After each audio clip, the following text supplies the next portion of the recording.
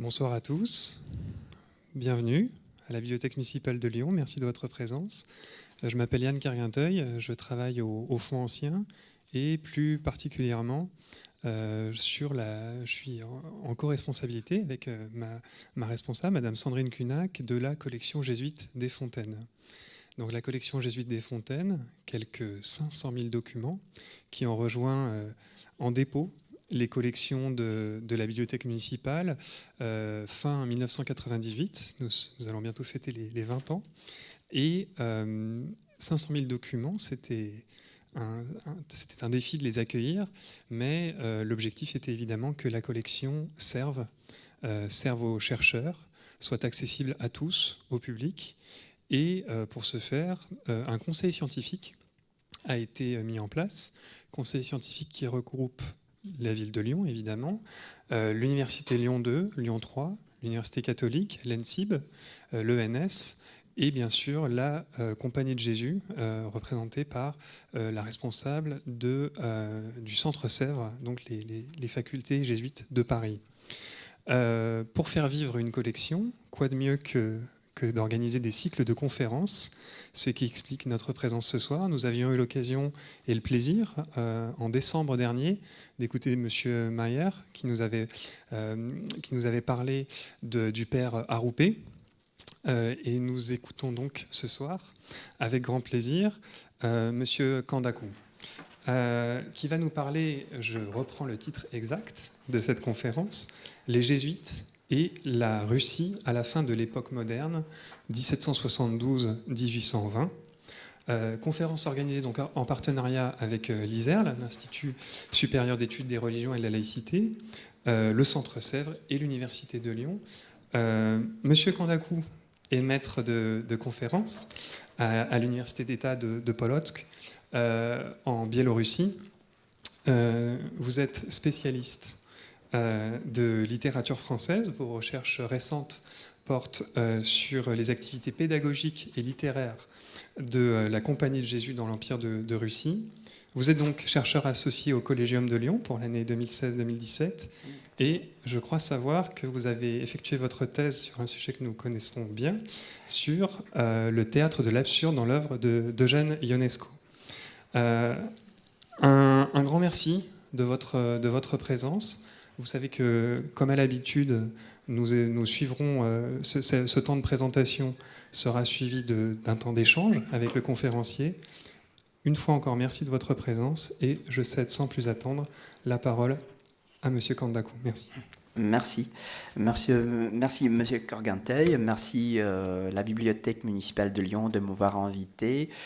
Je veux remercier également Mme Sandrine Cunac. M. Carguinteuil et Mme Cunac m'ont beaucoup aidé à préparer cette conférence. Je veux aussi remercier Philippe Martin, mon partenaire scientifique au Collégium et directeur de l'ISERL. Et j'ai eu une pensée particulière à l'équipe des fonds slaves de la bibliothèque Diderot, et notamment Madame Anne Maître, qui m'a beaucoup aidé dans mon travail et qui m'a largement ouvert les portes de cette collection. Eh bien, bon, vous connaissez le titre et je passe à ma conférence. Bon, si les documents que j'utilise pour reconstituer l'histoire de la société se trouvent principalement en France et encore en Italie et en Pologne, je puise mon inspiration de ce lieu. C'est ma faculté, c'est la faculté d'histoire et de lettres de l'Université d'État de Polotsk, mais également c'est un bâtiment hérité de jésuites. C'est un ancien collège jésuite fondé en 1581. Donc, sa longue histoire a forgé sa renommée du collège illustre de Biélorussie, l'un des plus grands collèges de la Pologne, en fait, le collège jésuite, et a fait de la ville la capitale jésuite de la Biélorussie, mais aussi de l'Empire de Russie, comme vous verrez, pour un certain temps, bien évidemment. Ce n'est donc pas par hasard que je vais mentionner ce toponyme, Polotsk, plus d'une fois lors de ma conférence. Voilà, une petite rétrospective historique pour contextualiser mon discours. La Compagnie de Jésus n'a jamais été largement présente en Russie avant 1772. Le plus fameux des contacts entre les jésuites et la Russie est le voyage du père Philippe Avril. Ce jésuite français a essayé de traverser la Russie en 2 reprises pour trouver une voie terrestre en Chine, vers la Chine. En 1687 et en 1689, il s'est arrêté à Moscou pour demander un passeport et aller plus loin, mais a vu se refuser ses demandes.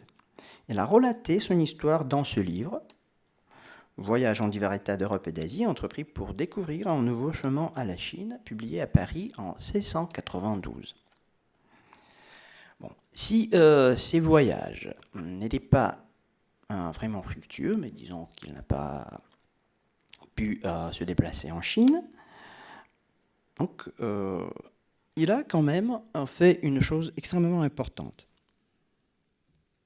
Ayant entré par le Caucase et en montant la Volga, le père Avril a tracé un chemin qui lui avait été désigné par les négociants. J'essaierai de le retracer, moi, sur cette carte qui est un peu fantaisiste. Excusez-moi pour cette carte, mais cette carte est tirée de l'ouvrage que vous avez vu. Et elle a aussi l'avantage d'être un peu serrée, donc on peut voir un peu tout ce qu'il me faut, en fait. Voilà. Le père Avril, il entre par l'Arménie et s'arrête ici, quelque part, on ne voit pas très bien, à la ville de Mozdok. Puis, il monte par la Volga, il monte par Astrakhan, Saratov, et puis il va à Moscou. Mais le chemin qui l'intéresse, c'est le chemin vers l'Est. Et donc, il indique qu'après Saratov, il faut se déplacer vers Irkoutsk. Ici, c'est le lac de Baïkal. Irkoutsk doit être là. Et puis descendre vers la Chine. Voilà. Vous verrez plus tard que cette voie ne sera pas abandonnée par les jésuites qui lui succéderont un siècle plus tard. En 1719, Pierre le Grand a banni la Compagnie de Jésus de la Russie et aucun de ses successeurs avant Catherine II n'est revenu sur ce décret. Même sous Catherine II, la réapparition de la Compagnie de Jésus en Russie a un caractère un peu occasionnel. Elle est due au premier partage de la Pologne, arrivé en 1772. Donc voilà, cette partie verte, c'est cette partie qui est annexée en 1772 par la Russie et où se trouvent 4 collèges. C'est Dunabourg, actuellement en Lettonie, Polotsk, puis Vitebsk, bien évidemment la ville natale de Chagall. Ici, Orsha, on ne la voit pas, et deux résidences. Mogilev, qui est ici, et Mstislav, qui est ici, qui deviendront un peu plus tard aussi les collèges, ces villes auront aussi des collèges. Voilà. La tsarine ne chasse pas les jésuites, mais demande au gouverneur de la Russie blanche de surveiller les révérends pères. Je cite la tsarine, « Il faut les surveiller comme des plus perfides parmi les ordres latins. »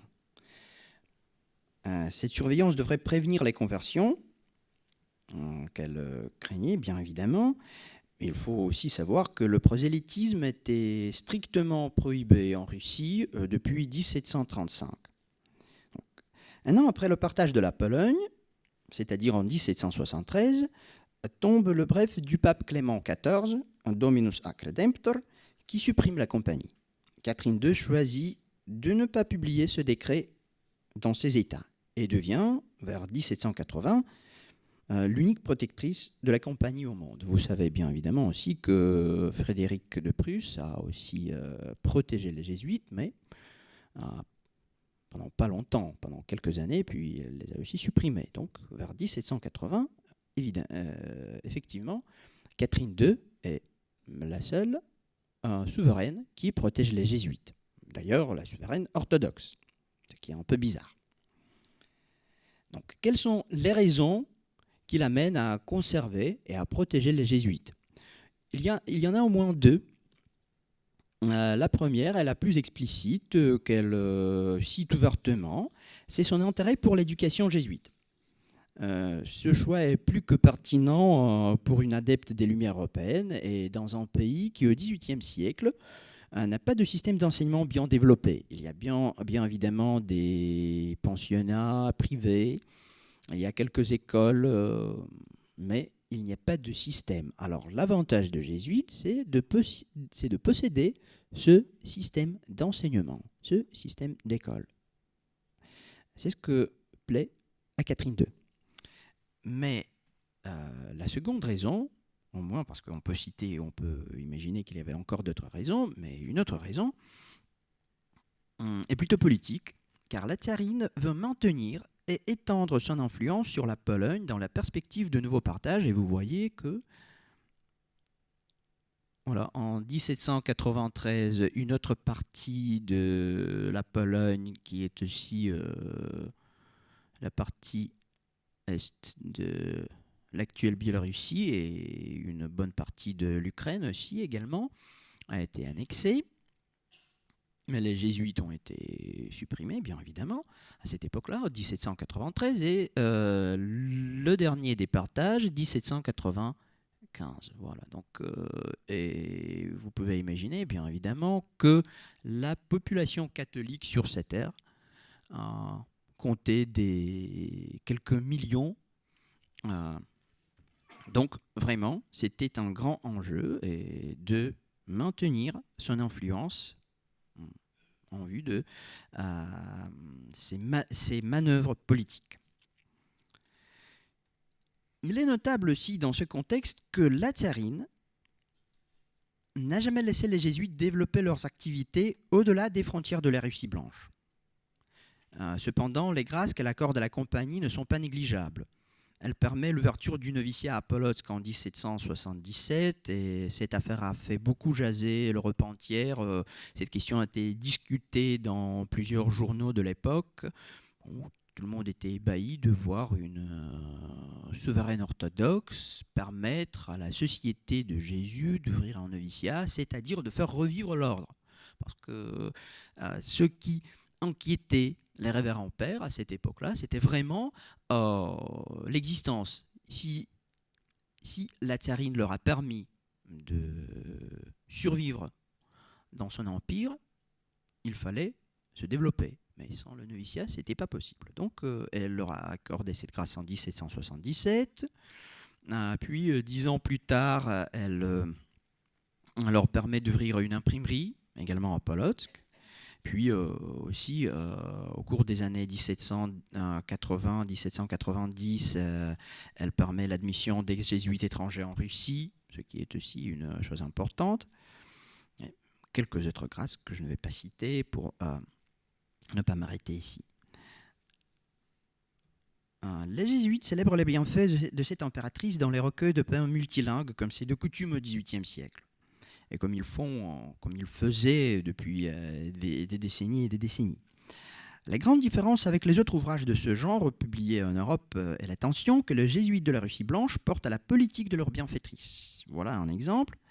Le passage de Catherine II, que vous voyez ici, c'est son fameux passage de Pétersbourg en Crimée, ce périple de 1787, trouve un écho dans un cahier de poèmes qui approuve l'annexion éventuelle, et d'ailleurs à venir, de la Crimée.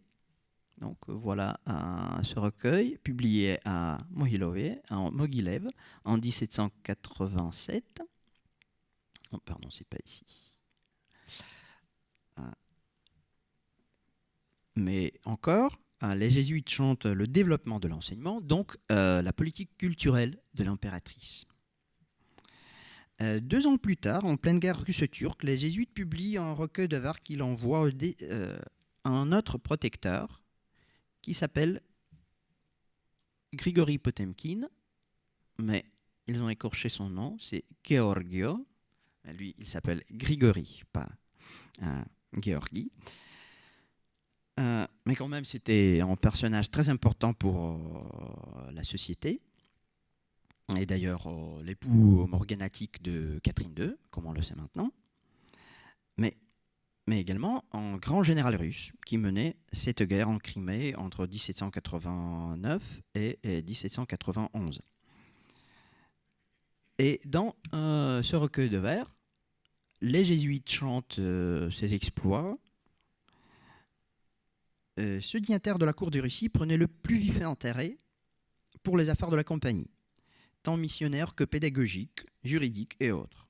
Il s'intéressait beaucoup au règlement intérieur de la société, à ses fonctions, ses relations avec le Saint-Siège. C'était vraiment quelqu'un qui était, pour un homme de lumière et qu'on traite trop facilement d'impi, il était vraiment très intéressé par la vie monastique. Dit-on, il rêvait de devenir moine et il rêvait de prononcer ses vœux dans sa jeunesse. Mais bon, puis la destinée l'a mené vers le trône de Russie. Tout a basculé. On peut affirmer que Potemkin, avec le gouverneur de Biélorussie, Zakhar Tchernychev, aussi un grand dignitaire de la cour de Russie, qui aussi protégeait les jésuites en Biélorussie dans les années 1770 et 1780, ont été les premiers interlocuteurs réellement attentifs de la compagnie de Russie. Bon, on peut supposer que leur tâche dans leur relation avec la compagnie n'était pas uniquement ce dialogue, mais également l'espionnage. Donc, il fallait les surveiller, comme Catherine II l'a prescrit. Mais en même temps, on voit que le dialogue dépasse donc, voilà, cette simple surveillance et devient un vrai dialogue intéressé. Et cependant, donc on peut dire que le règne de Catherine II est l'époque de grands jeux politiques autour de jésuites où la méfiance et la protection, l'espionnage et la promotion se succèdent. Paul Ier, qui est devenu empereur en 1796 après la mort de sa mère, Catherine II, ouvre aux jésuites les portes de la capitale. Donc la situation change considérablement. Comme j'ai déjà dit, Catherine II les protégeait, mais uniquement en Biélorussie, sans les jamais laisser sortir de ses frontières assez étroites. Alors, Paul Ier ouvre les portes de la capitale. Il confie alors soin à la paroisse de Sainte-Catherine à Saint-Pétersbourg et permet d'ouvrir une mission en 1800. Donc, et bien sûr, Saint-Pétersbourg est une ville nouvelle à cette époque-là. Il ne compte que 80 ans. Mais ce qu'il faut dire aussi, qu'il est peuplé de plusieurs étrangers. Il y a beaucoup de Français, il y a beaucoup d'Allemands, il y a beaucoup d'Italiens, invités par Catherine II, mais également par ses prédécesseurs, par Pierre le Grand également. Et il leur faut des prédicateurs. Donc les jésuites remplacent un autre ordre en Saint-Pétersbourg en 1800 pour prêcher. Et puis, bien évidemment, il ouvre une petite école, mais toute petite, qui va se développer. Je le préciserai plus tard. Sur ce portrait d'apparat, vous voyez Paul Ier dans le tenue du grand maître de l'ordre de Saint-Jean de Jérusalem. C'est une autre histoire assez intéressante, comment un empereur orthodoxe devient le grand maître dans un ordre de chevalerie occidentale. Mais ce qui est intéressant, c'est que c'est juste mais une image très intéressante et très précise de l'engouement de ce monarque vers la cause écuménique. Son dialogue avec la société fait partie de son vaste projet de réunification des églises. À l'attentat du 10 mars 1801, qui coûte la vie à Paul Ier, mais fait à ses ambitions. Cependant, c'est grâce à lui, à Paul Ier, que la compagnie est reconnue par le pape Pie VII au sein de l'Empire de Russie. Et d'ailleurs, c'est la bienveillance de Paul Ier, de ses bienfaits, de sa miséricorde, de ses grâces, de cette nouvelle politique qui est chantée dans ce recueil, publié en 1797, toujours à Polotsk, qui a été transmis à Paul Ier. Mais il faut dire que sous Paul Ier, ces vers circulent beaucoup plus largement que sous le règne de Catherine II. Par exemple, les jésuites étaient également les maîtres de langues étrangères vivantes en Russie. Et il faut le dire que c'était vraiment quelque chose de nouveau pour la compagnie d'enseigner des langues étrangères vivantes. Le français, l'allemand, l'italien. En 1806, mais uniquement en 1806, et il enseigne l'anglais à Saint-Pétersbourg juste une année. C'est une histoire assez intéressante et énigmatique pour moi, parce qu'ils annoncent l'apprentissage de l'anglais à Saint-Pétersbourg, uniquement à Saint-Pétersbourg. Bon, dans leur catalogue pour l'année 1806-1807, on peut trouver le nom de ce jésuite qui est chargé de l'enseignement de l'anglais. C'est un certain Robert Haskell. Et puis, ce personnage disparaît. Et on ne voit plus de maître d'anglais. En 1807, la guerre anglo-russe se déclenche et c'est peut-être la cause de cette interruption. Mais la disparition de ce jésuite me pose beaucoup de problèmes. Donc, il n'y a pas de mention où a-t-il pu passer. Donc ça, c'est vraiment bizarre. Mais revenons, excusez-moi pour cette parenthèse, mais revenons à ce recueil. C'est un recueil assez intéressant qui, comme vous voyez, est destiné, c'est plutôt un manuel de français, est destiné à la noblesse, oui, à l'usage de la jeune noblesse qui étudie la langue française, c'est la seconde partie, qui est composée de pensées de Cicérone, de maximes morales, de petits contes également propres à amuser et à inspirer le goût de la vertu, etc. etc. Mais également, ce manuel possède une petite rubrique qui s'appelle les poésies des meilleurs auteurs. Et parmi les poésies de ces meilleurs auteurs, on retrouve les mêmes poèmes en français que nous avons dans ce recueil dédié à Paul Ier. Donc les poèmes sont républiés, mais il est intéressant de voir comment circulent leurs œuvres poétiques et quel public ils visent.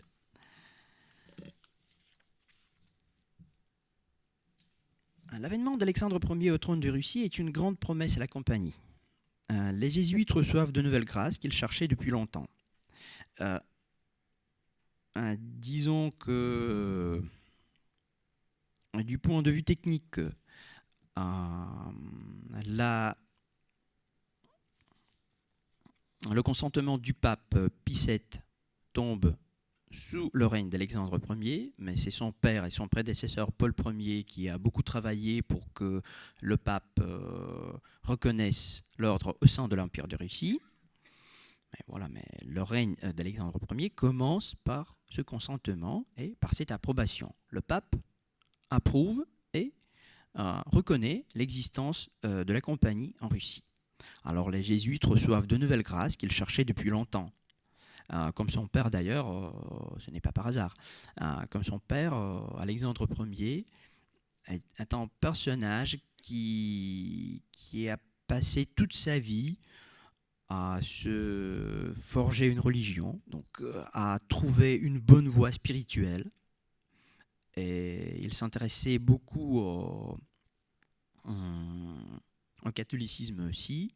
Il était orthodoxe, bien évidemment, mais ça s'intéressait beaucoup au catholicisme. Évidemment, son règne, c'est une époque extrêmement propice pour tout genre d'échanges culturels et religieux.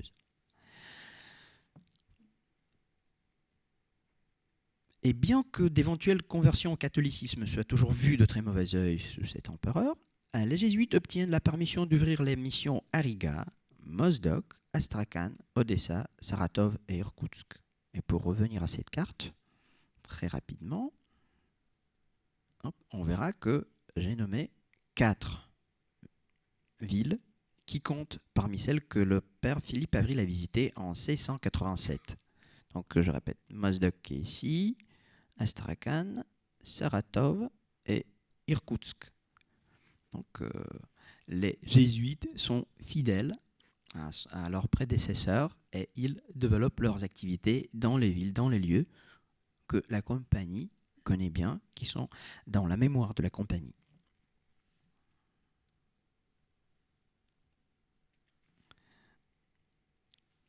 Il continue à progresser dans la capitale. En 1805, le collège noble reçoit les premiers élèves, parmi lesquels on aperçoit les enfants des plus brillantes familles de Russie. En 1812, à la veille de la guerre franco-russe, le collège de Polotsk est élevé au rang d'académie, c'est-à-dire mis sur un pied d'égalité avec les universités.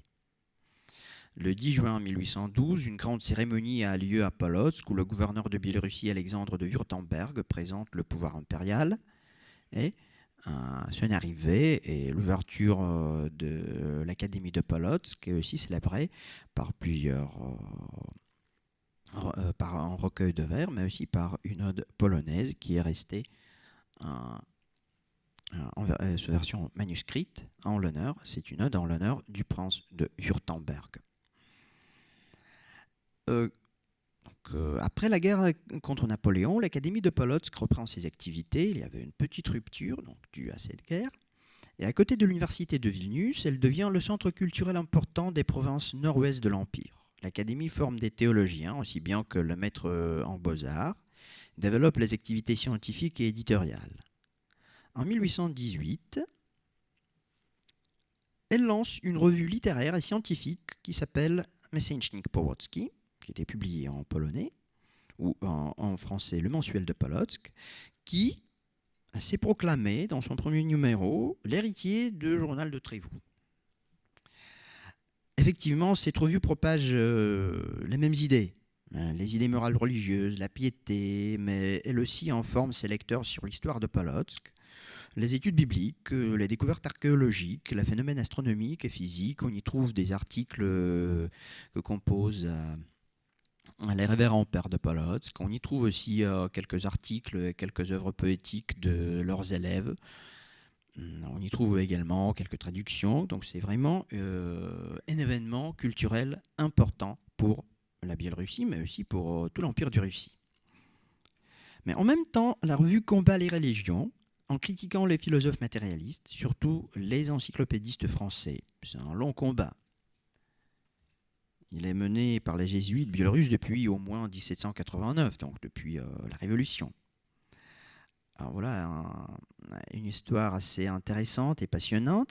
En 1794, les jésuites de Polotsk réimpriment un ouvrage paru anonymement et sans lieu d'impression la même année, et qui a pour titre, un titre qui parle pour lui-même d'ailleurs, Coup d'œil d'un vieux observateur sur l'origine de la Révolution française, de la destruction des jésuites, regardée comme une des principales causes de cette révolution.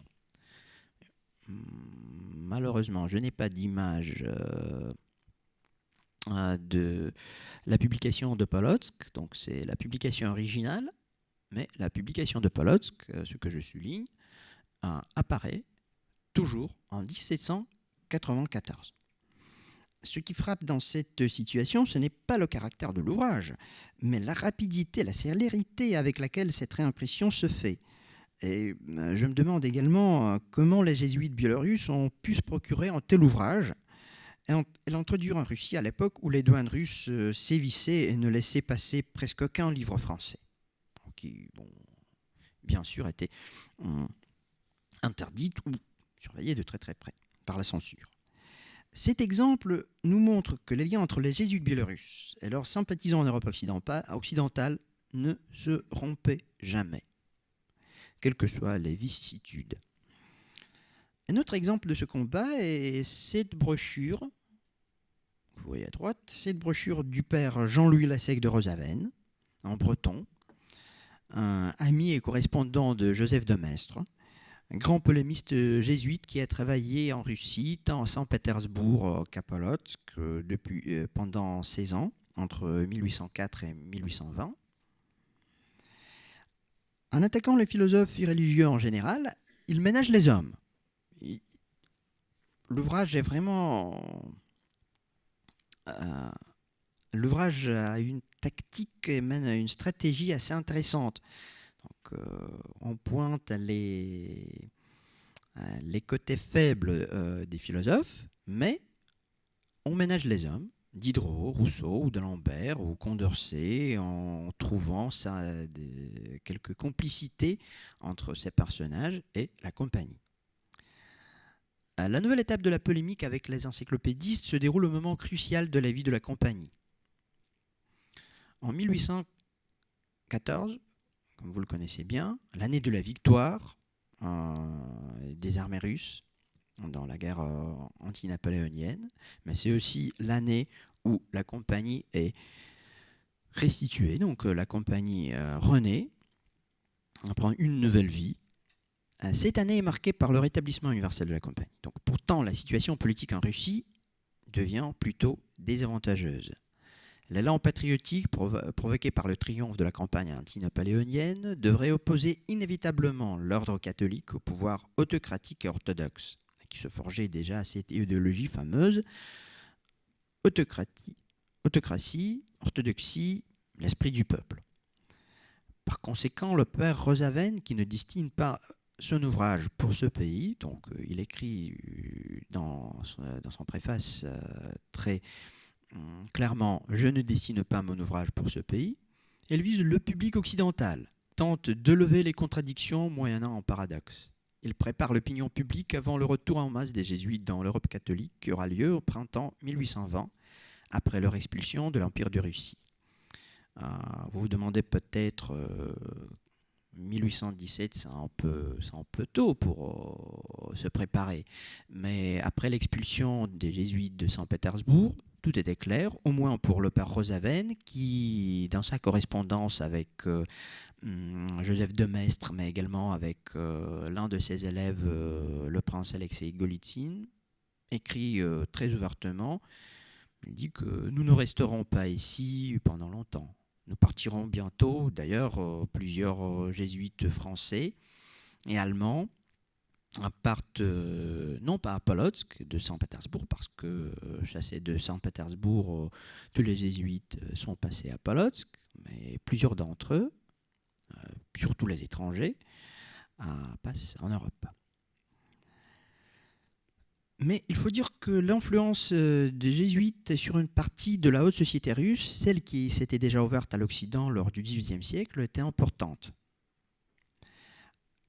Plusieurs familles, telles les Gagarine, les Protasov, les Golitsyn, pour ne pas nommer que les familles non seulement les plus illustres, mais les familles qui comptent le plus grand nombre de convertis,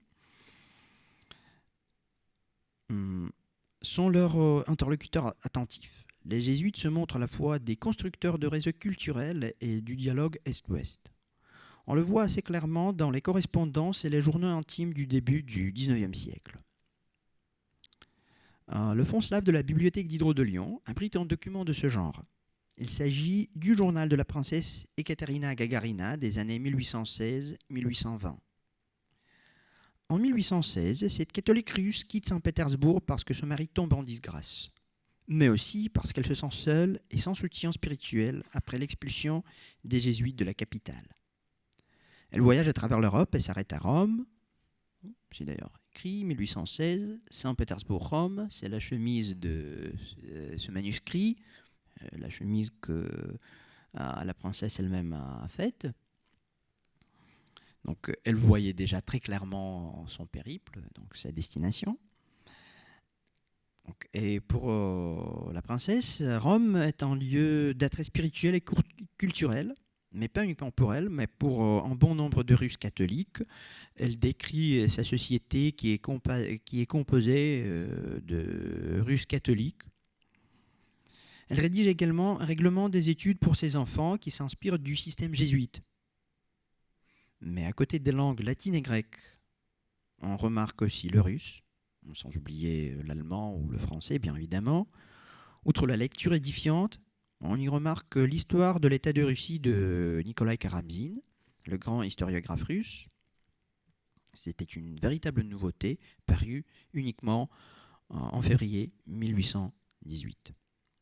Donc vraiment, on peut dire que c'est un exemple de cette influence très importante.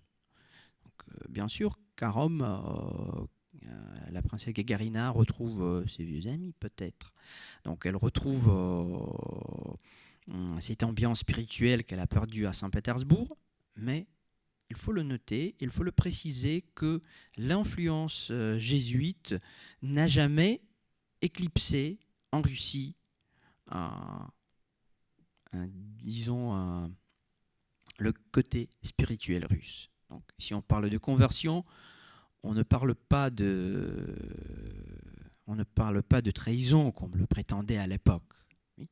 Donc on voit bien que les Russes catholiques devenaient des gens de cultures différentes, mais aussi des gens de religions différentes. Et c'était assez typique et pour cette époque romantique.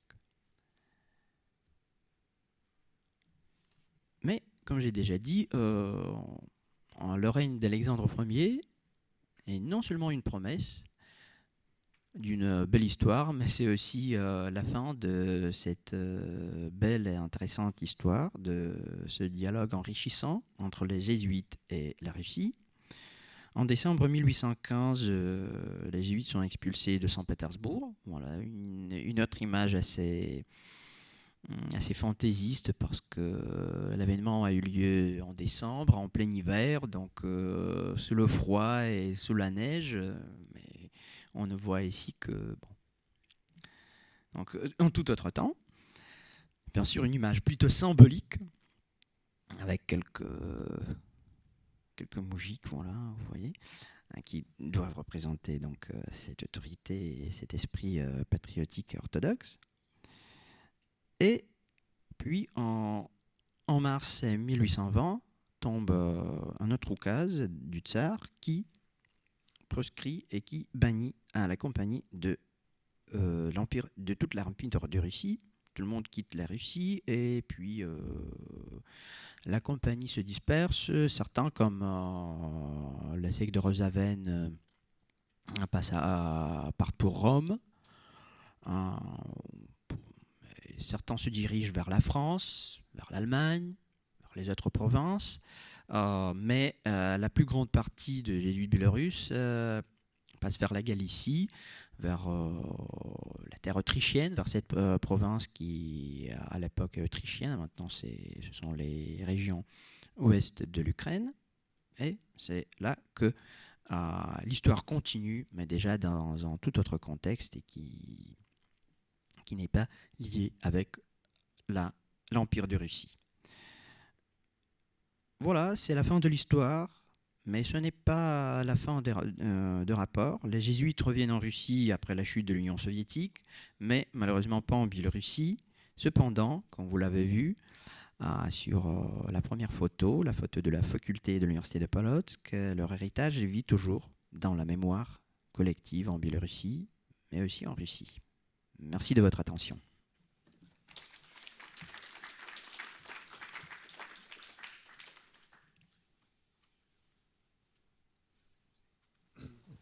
Merci beaucoup pour cet exposé très clair. Un grand merci.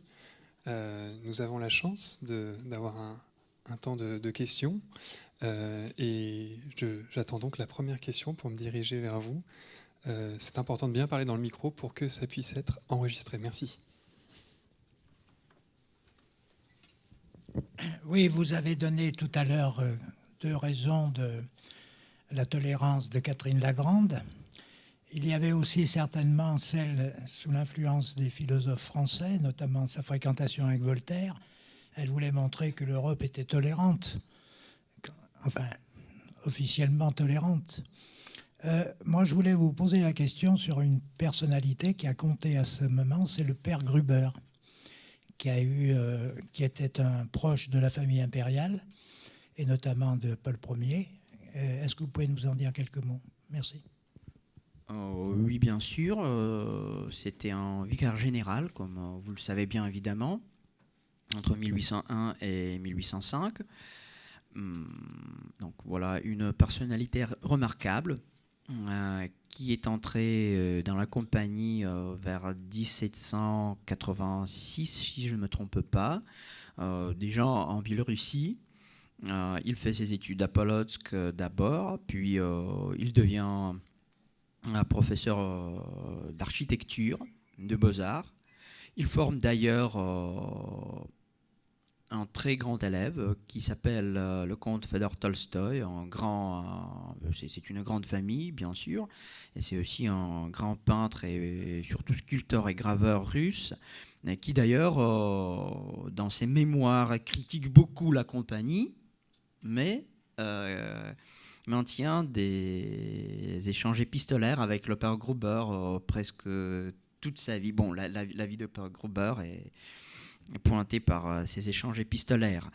Lui, il a beaucoup œuvré pour que les portes de la capitale s'ouvrent.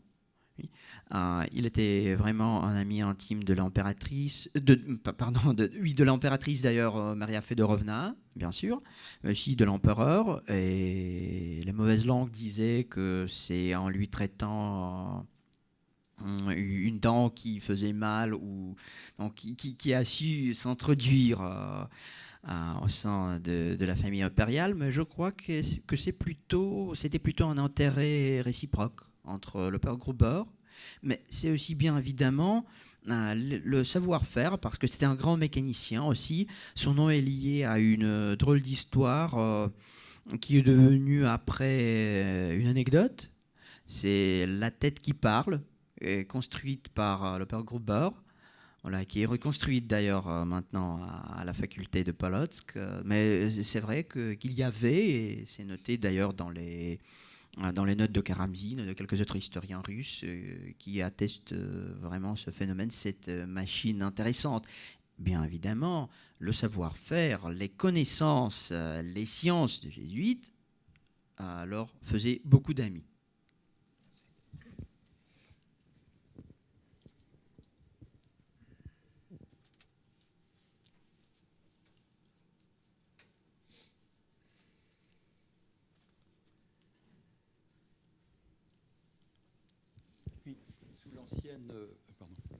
Sous l'ancienne compagnie, donc il y avait combien de collèges dans l'actuelle Biélorussie, justement? C'était une zone où il y en avait particulièrement plus, parce que je suis allé en Biélorussie et de fait, on sent qu'il y a une présence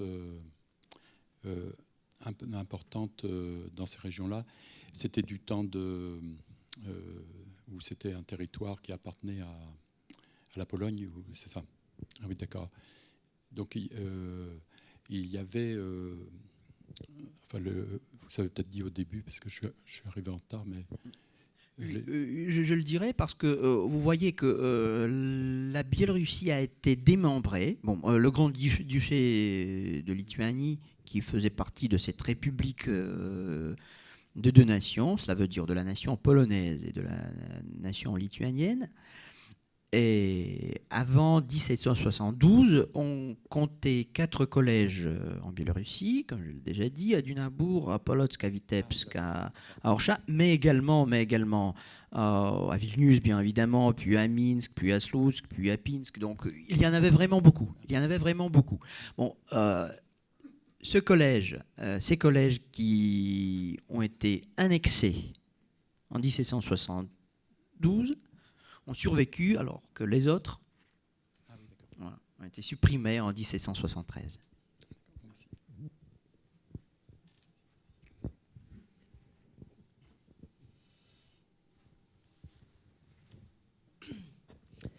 Oui, je vous remercie pour votre exposé qui était très clair. En ce qui concerne l'enseignement des sciences, même en France, les jésuites ne se précipitent pas sur l'enseignement des sciences. Ils préfèrent la philosophie, la théologie. Alors, mais d'un autre côté, vous l'avez expliqué, ils montrent leur savoir technique aussi. Enfin, peut-être en Biélorussie, mais aussi en Chine ou ailleurs. Quelle est votre opinion là-dessus? Bon, je crois que montrer leur connaissance, montrer leur science, c'était leur politique, leur tactique pour conquérir les esprits, pour s'attirer les avis favorables. Bon, d'après les études historiques, la première connaissance, donc, ou disons plutôt, la première rencontre entre Catherine II et les jésuites a eu lieu en 1764, quand un certain jésuite autrichien, Meyer si je ne me trompe pas, un astronome, arrive à Saint-Pétersbourg. Il observe le passage d'une comète et la tsarine ne l'accueille pas, mais toute la cour est au courant. Toute la cour connaît l'histoire. Tout le monde l'apprécie. Son entourage le plus proche en parle beaucoup. Donc, évidemment, la société employait ses connaissances pour se gagner des amis et des avis favorables. Bon, pas uniquement les sciences, je crois qu'on peut dire la même chose sur le renseignement de langues étrangères, de langues vivantes, parce que c'était aussi un enjeu très important. À la noblesse, et surtout la petite noblesse, qui voulait s'ouvrir, parce que qu'est-ce que c'est que la Biélorussie au milieu du XVIIIe siècle? Pour toute l'Europe, c'est la barbarie. Qui habite ces terres? Les Sarmates. Il n'y a que des forêts. Qu'est-ce qu'on fait là? On n'en sait rien. Et puis, pour combattre cette image de barbare, de Sarmates, les nobles polonais lituaniens avaient besoin d'apprendre les langues étrangères. Le français, bien évidemment, la lingua franca de cette époque. Et voilà, les jésuites étaient prêts à les enseigner, ces langues. Voilà. Est-ce que j'ai bien répondu? Voilà, merci. Dans la Biélorussie contemporaine, Madame, s'il vous plaît. merci. Ces collèges jésuites poursuivent leur enseignement? Ils existent toujours? Non. Ah, voilà. Les collèges n'existent toujours. Il y a des bâtiments qui ont connu une sort vraiment... Donc, comment dirais-je? Leur destinée était très difficile. Comme par exemple les bâtiments du collège de Polotsk, qui après le départ de jésuites a été confié aux pères piaristes. Puis les pères piaristes ont été également chassés de l'Empire de Russie. C'était encore de cadets qui se trouvaient dans ces bâtiments. Et puis après la révolution de 1917, c'était donc les bâtiments tombaient dans le désuétude, donc il n'y avait rien. Puis après la Seconde Guerre mondiale, c'était un hôpital. Et on a détruit pas mal de bâtiments également en Polotsk, mais un peu partout. Maintenant, ce n'est qu'à Polotsk que le bâtiment sert à une faculté, voilà, à un établissement d'enseignement. Dans les autres villes, comme à Vitebsk, il ne reste rien. À Mogilev, il ne reste rien. À Pinsk, on a reconstruit ce bâtiment et c'est un très joli bâtiment, également qu'à Orsha, mais c'est uniquement à Polotsk que les bâtiments servent de locaux pour une faculté. Merci.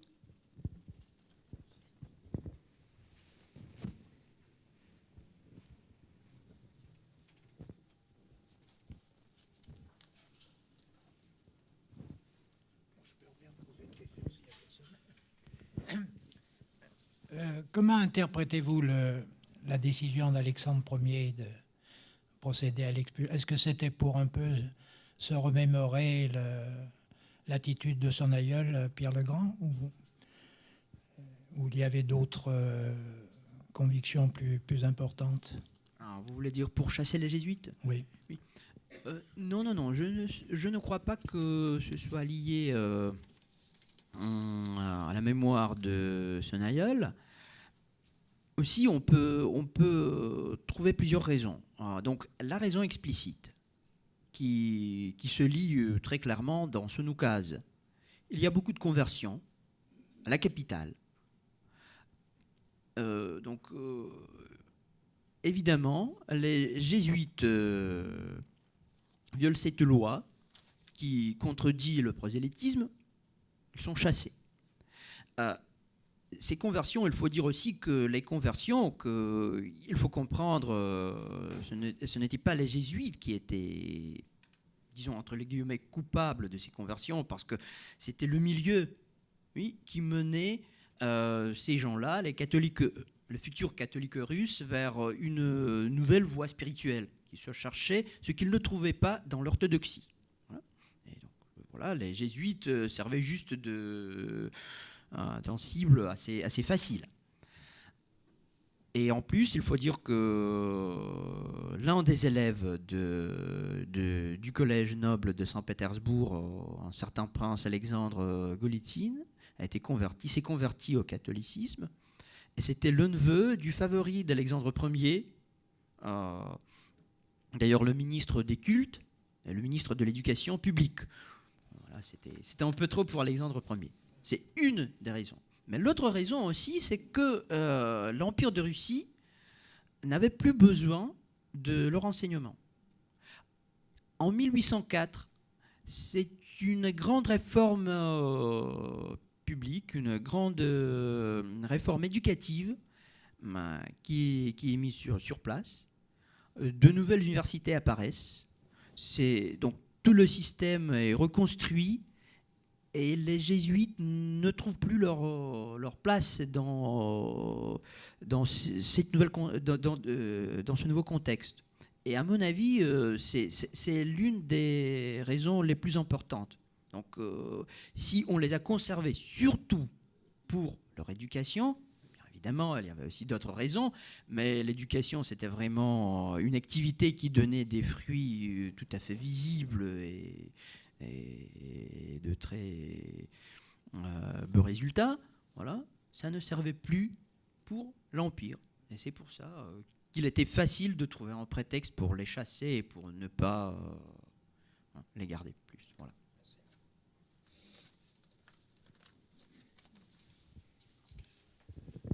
Bon, c'est une question, c'est pas la même époque, mais pourquoi est-ce que Dostoïevski, par exemple, n'aime pas les jésuites? Il leur en veut. Il leur en veut. C'est-à-dire c'était une tendance un peu générale dans l'opinion publique russe. Oui, bien sûr, parce qu'après le départ des jésuites, un mythe noir se développe, mais comme en France d'ailleurs. Hein. C'est comme en France d'ailleurs que les jésuites est une secte dangereuse, qui mine tous les trônes et qui nuit. Voilà. Et bien évidemment, les jésuites sont contraires à cet esprit patriotique.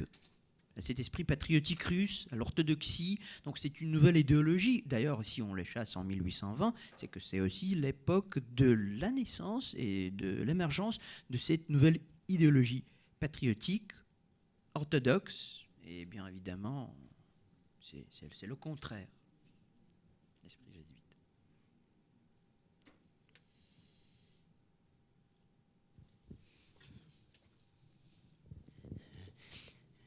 Les jésuites sont réputés pour apprendre les langues des pays où ils vont résider. Alors, donc, il y a deux aspects dans ma question. Est-ce qu'il y avait des Russes parmi tous ces jésuites? Et puis, est-ce que, alors en Biélorussie, ce que je ne sais pas du tout, est-ce qu'on parlait un russe classique ou est-ce qu'il y avait d'autres langues? Oui, bien sûr. Bon, actuellement, en Biélorussie, on a deux langues officielles, c'est le russe et le biélorusse. À l'époque, je veux dire, entre 1772 et 1820, paraît-il, peu de monde, et surtout peut-être dans les grandes villes, quelqu'un parlait russe, mais le russe n'était pas répandu. Voilà. il n'y avait pas de jésuites russes à l'époque, mais il y avait beaucoup de jésuites biélorusses et polonais, bien évidemment, qui, certains d'entre eux, parlaient en très bon russe, comme par exemple le futur recteur du collège noble de Saint-Pétersbourg, le père Andrei Tchij, qui était biélorusse et qui enseignait le russe d'abord à Polotsk et puis à Saint-Pétersbourg aussi, un peu, avant de devenir le recteur du collège. Donc, on n'avait pas besoin d'apprendre une langue vernaculaire, une langue de ces contrées. Par contre, il y avait beaucoup de missionnaires, je veux dire, qui travaillaient dans les missions à Mozdok, par exemple, qui étudiaient les langues vernaculaires. Par exemple, on peut mentionner le nom d'un certain Belge ou luxembourgeois, je ne sais plus, parce qu'il est né à Opon, qui était à l'époque une ville en Belgique, maintenant c'est à Luxembourg.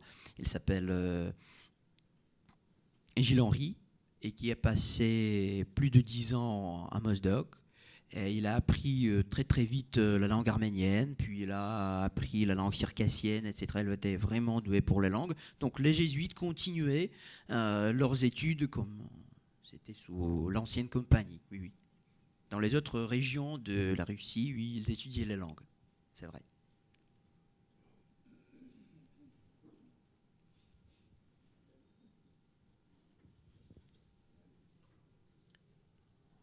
On peut prendre une dernière question, mais nous ne sommes pas obligés de prendre une dernière question. Mais n'hésitez pas si une question vous brûle les lèvres.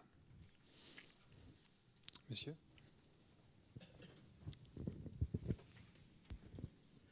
Oui, est-ce que vous pouvez nous dire quelles étaient les religions en Biélorussie à cette époque?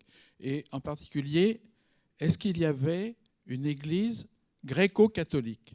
Bien sûr, c'était la religion la plus répandue à cette époque-là.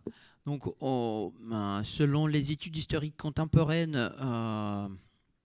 85% de la population de la Russie blanche, de Biélorussie, était gréco-catholique. Voilà. Mais les autres religions étaient l'orthodoxie, mais aussi le catholicisme. Donc il y avait aussi, bien évidemment, beaucoup de juifs.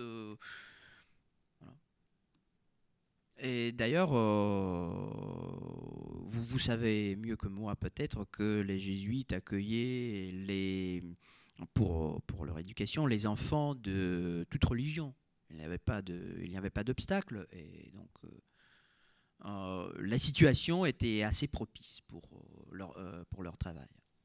Ce n'était vraiment des missions pour prêcher pour ceux et celles qui ne connaissent pas la religion catholique.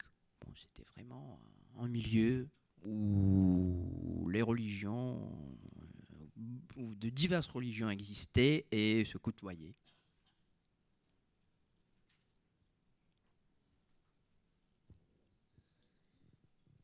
Écoutez, vraiment au nom de la bibliothèque et puis au nom de tous, je tiens à vous remercier pour la clarté de votre exposé, pour avoir pu aussi nous faire partager votre érudition. Je crois que c'est assez évident pendant cette séance de questions. Donc merci beaucoup. Si vous vous intéressez à ces questions, vous savez qu'à Lyon, nous avons la chance d'avoir le fonds Slave qui est conservé à l'ENS. Dont vous pouvez vous rapprocher. Merci à vous de votre présence et merci à la technique sans laquelle nous ne nous entendrions pas. Donc merci à Florent à la technique. Je vous souhaite une bonne soirée et je vous dis à bientôt à la bibliothèque. Et une dernière fois, Monsieur Kandakou, merci. Merci à vous.